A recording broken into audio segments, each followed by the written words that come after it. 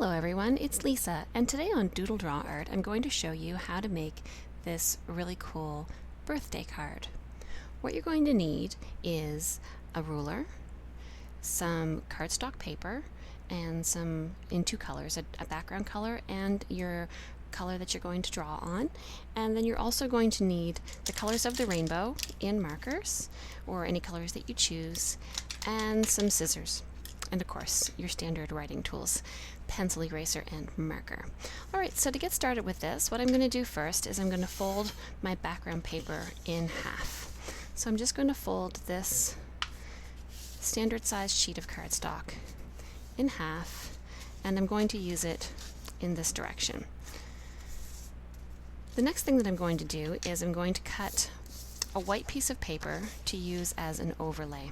So what I'm going to do is I'm going to trim this paper down so that it's not as wide, so that when I set it on the background it will have a border. So first I'll choose to narrow it on this side by about this much. So I'm just going to draw a line with my ruler, nice straight line, and then I'm going to choose to trim it down this side as well. So you can see I'm just placing it sort of where I think it should go, and then drawing the line roughly where it will be centered. And the same thing on this side. I've placed it where I think it should go, and I'm going to draw my line on this side roughly in the same place. This one's a little harder to get perfectly square. So what I'm going to do is I'm going to look at this line of the number on my ruler, and I'm going to use it to keep a straight line going, and then I'm going to believe that that is a nice straight perpendicular line. Great. So I'm not going to damage this little edge piece here because I'm actually going to use that as a template in a moment. So now I'm just going to cut along these two lines.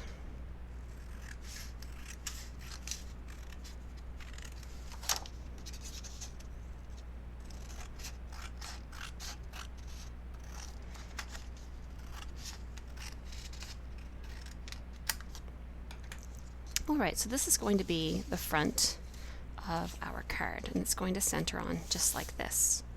So I'll be gluing that on. I guess one other thing you're going to need is glue.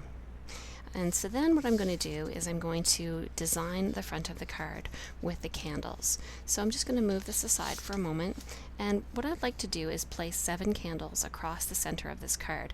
So I'm actually going to use this piece of the strip of paper as a template to outline. So I'm just going to trim it off, and then I'm going to decide how big I want the candles to go.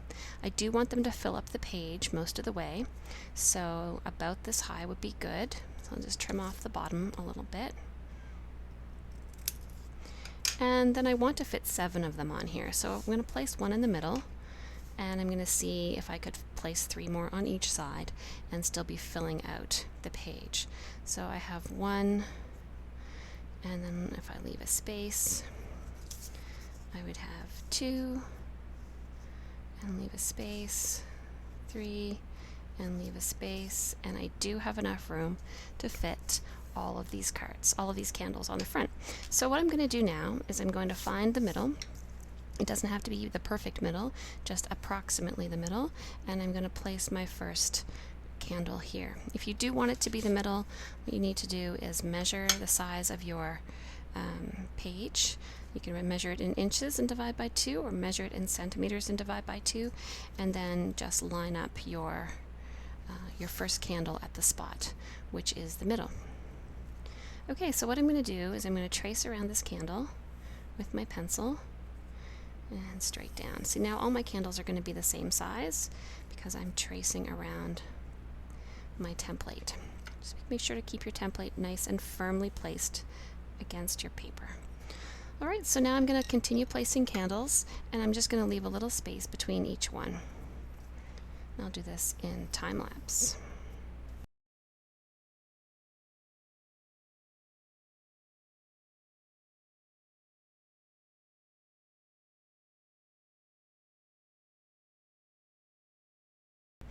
Alright, so now I have traced all 7 of my candles, and I'm ready to draw the flames on the top.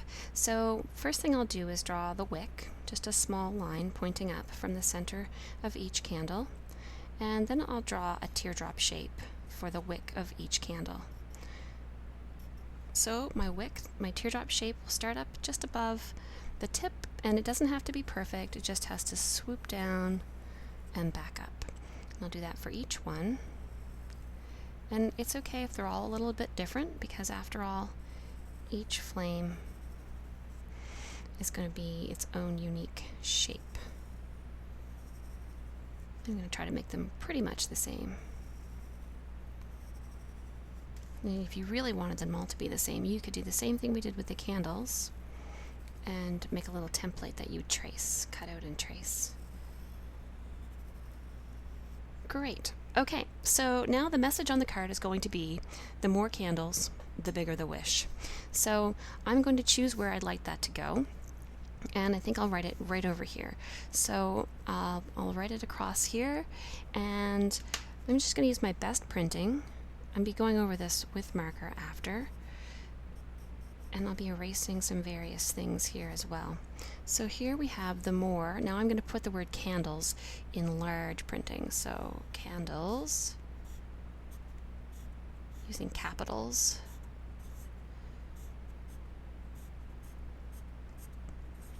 And then underneath that, I'm going to put the bigger the wish.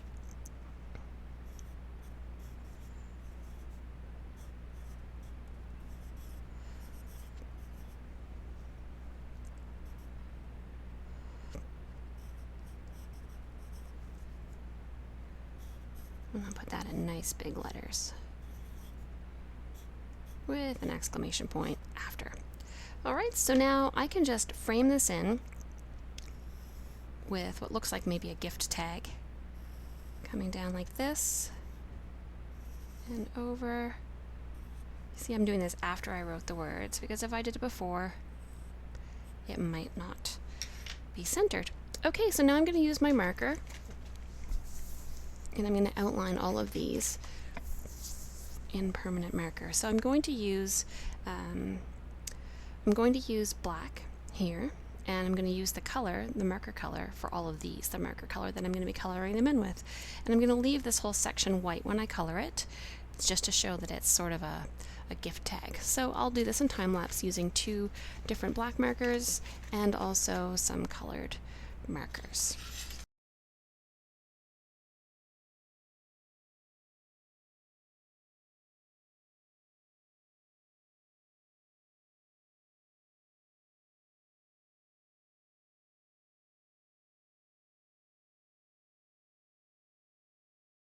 Alright, so I've just traced the outline of everything that I'm planning to color, and you can see that I did not continue tracing the edges of the candles that are behind this tag. So now I'm going to go ahead and erase all of my pencil marks so that I can begin to color these in.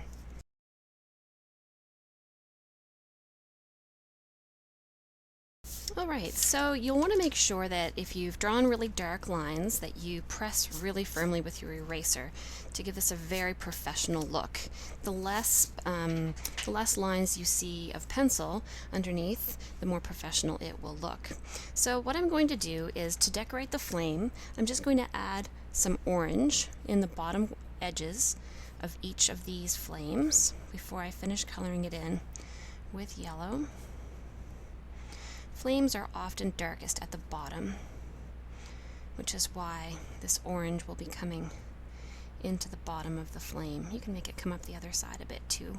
It's up to you how you want to do this. That's why we call it art. And then I'm going to color in the rest with yellow. But what I'm also going to do for my candles, because I want them to look like candles, when I color it in, I'm not just going to rub my marker really quickly. I'm actually going to make lines that may overlap each other a little bit, but that will give us a texture that's like a candle, because you know candles are a swirly design, and this way the coloring will look like it's intentional in going in this diagonal direction. And I'm going to do the same thing with each of these candles. So I'll go ahead and finish this in time lapse.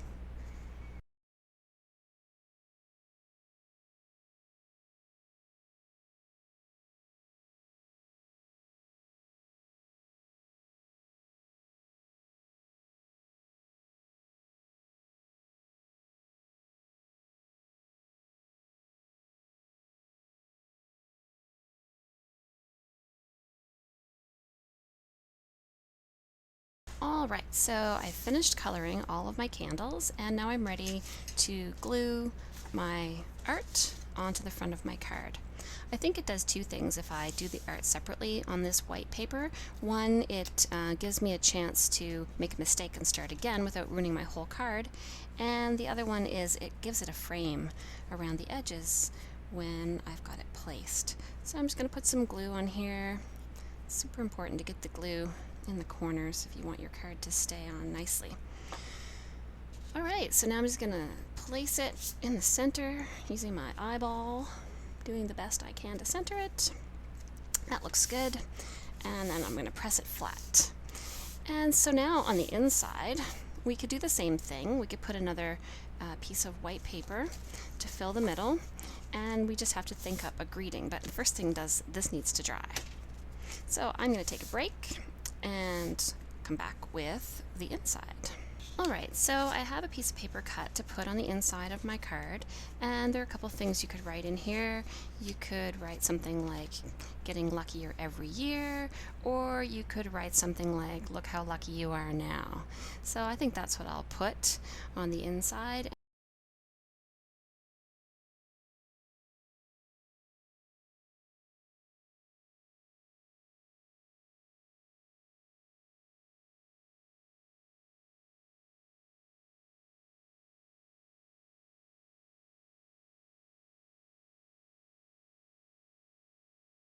Alright, so we've got the inside of the card made, and now we just have to put some glue on the back of this as well and attach it to the inside of the card. Again, we'll just line it up with our eyeballs. Whoop, but don't put it upside down. I didn't get enough glue in this corner. My fingers touched the corner and there was no glue there. Alright, that'll be better. So again, I'll just center it with my eye and press it in nice and firm. And now there's lots of room down here for me to use my penmanship and sign it, Happy Birthday from Lisa, XO.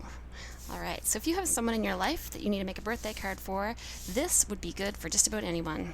Be good for your mom, or your dad, or your aunt, or your friend, or your teacher, or your camp counselor, or your mailman, if you know when his birthday is. Anyway, hope you liked watching me make this card, and please comment below if you would like me to make more birthday cards, different cards, or something else. Thanks for watching.